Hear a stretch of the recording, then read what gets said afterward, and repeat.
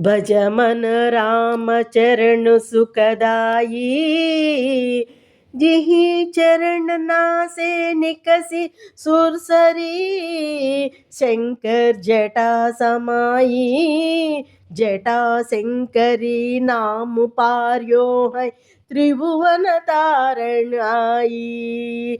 जिन चरण की चरण पादुका भरत रह्यो लवलाई। सोई चरण के वट धोई लीने तब हरि नाम चलाई। सोई चरण संतन जन सेवत सदा रहत सुखदाई।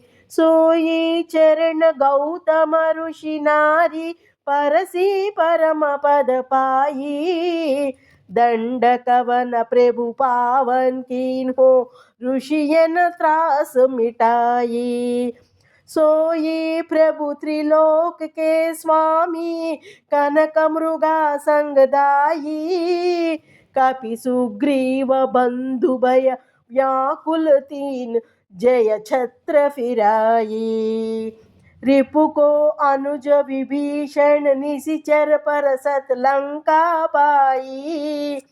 शिव सनकादिक अरु ब्रह्मादिक शेष सहस मुख गाई। तुलसीदास मारुत सुत की प्रभु निज मुख करत बड़ाई। भज मन राम चरण सुखदाई।